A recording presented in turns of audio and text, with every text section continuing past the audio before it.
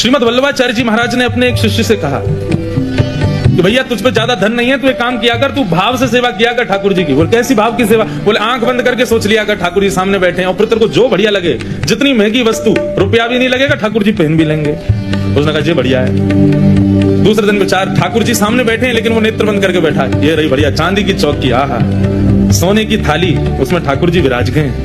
आहा, मैं बढ़िया अमृत लेके आया हूँ, जल नहीं है नदियों का, अमृत लेके आया हूँ ठाकुर जी को स्नान कराने।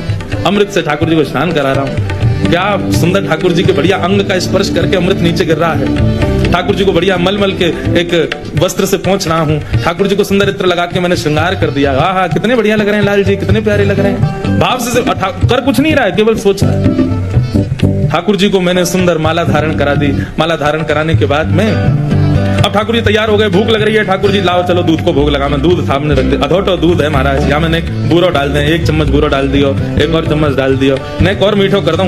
अरे ज्यादा डरगो दिख है, नेक निकालो, या मैं तो एक चम्मच निकालने लगो तो इतने में ही प्रत्यक्ष ठाकुर जी प्रकट होकर उसका हाथ पकड़ लिए। क्या कर रहे हो? जैसे ही उसने नेत्र खोले तो सामने मदन गोपाल बैठे। गोपाल जी जय हो, प्रणाम, आप मेरी भक्ति से प्रसन्न? बोले भक्ति से प्रसन्न नहीं हुए, तो ये बता तेरी सांची को बुरा लग रहा है जो तू निकाल रहा है? तो भाव से बुरा डाला, उसमें भी 4 चम्मच डाल दे, कौन सा तेरा जेब से लग रहा है? लेकिन उसका हृदय का भाव इतना प्रिय था, वो ऐसे भावावेश में सेवा कर रहा था कि उसको वास्तविक लगा और वास्तविक में ठाकुर जी प्रकट ही हो गए। इसलिए भैया प्रत्यक्ष सेवा में जितना हो सके करो, तन की सेवा में जितना हो सके करो, बाकी की सेवा मन में ही कर ले करो।